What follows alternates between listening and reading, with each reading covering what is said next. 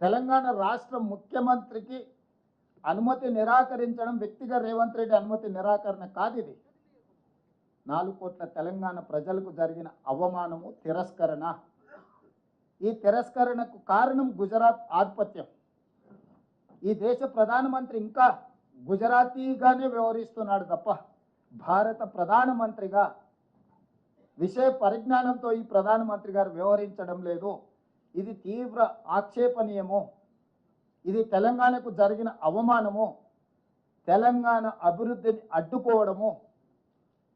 ఈరోజు గుజరాత్ ముఖ్యమంత్రిని అమెరికా పర్యటనకు అనుమతి ఇచ్చి 8 రోజులు అక్కడ వైబ్రెంట్ గుజరాత్ 2047కి సంబంధించిన రోడ్ షోలు చేయడానికి, గుజరాత్కి పెట్టుబడులను ఆకర్షించడానికి అనుమతి ఇచ్చి తెలంగాణ ముఖ్యమంత్రికి అనుమతి ఇవ్వకపోవడము, తిరస్కరించడానికి పొలిటికల్ రీజన్స్ అట్రిబ్యూట్ చేయడం అనేది ఇది తెలంగాణ సమాజం అంతా ముక్తకంఠంతో ఖండించాల్సిన అవసరం ఉన్నది. దీనికి రాజకీయాలు, రాజకీయ పార్టీలు, ఇతర అంశాలను జోడించవలసిన అవసరం లేదు. భారతీయ జనతా పార్టీ నాయకులకు నేను విజ్ఞప్తి చేస్తున్నా, ప్రజాప్రతినిధులకు నేను విజ్ఞప్తి చేస్తున్నా, మీరు గుజరాత్ను సమర్థించడం ద్వారా నరేంద్ర మోడీ గారి చేతుల్లో, గుజరాత్ చేతుల్లో కట్టుబానిసలుగా మీరు బ్రతకదలుచుకున్నారా? తెలంగాణ ఆత్మ గౌరవాన్ని చాటదలుచుకున్నారా? మీరు ఈరోజు తెలంగాణ ప్రజలకు సమాధానం చెప్పాలి. ఈరోజు తెలంగాణ రాష్ట్ర ముఖ్యమంత్రి పర్యటనను తిరస్కరించడం అంటే తెలంగాణ యొక్క అభివృద్ధిని అడ్డుకోవడమే. ఇది తెలంగాణకు జరిగిన అవమానము.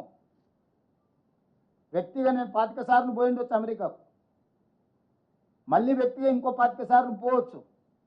కానీ ముఖ్యమంత్రి హోదా, ముఖ్యమంత్రి బాధ్యత, రాష్ట్రం యొక్క అభివృద్ధి కోసం చేసే పర్యటనను కేంద్ర ప్రభుత్వం అడ్డుకోవడం చూస్తుంటే స్పష్టమైన వివక్షను ప్రదర్శిస్తున్నది కేంద్ర ప్రభుత్వం తెలంగాణ పట్ల.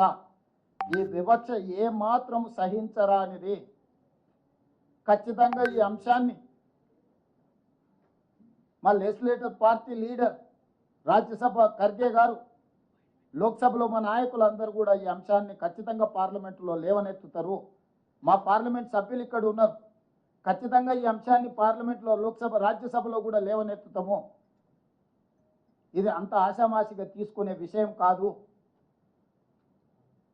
ఈ తెలంగాణ వ్యతిరేక భావజాలం నరేంద్ర మోడీ గారు పార్లమెంట్లో పదే పదే మాట్లాడినా తెలంగాణ రాష్ట్ర బీజేపీ నాయకుల మెతక వైఖరి వల్ల ఈరోజు అంత ధైర్యంతో గుజరాత్ వాళ్ళు మన అభివృద్ధిని అడ్డుకునే ప్రయత్నం చేస్తున్నారు.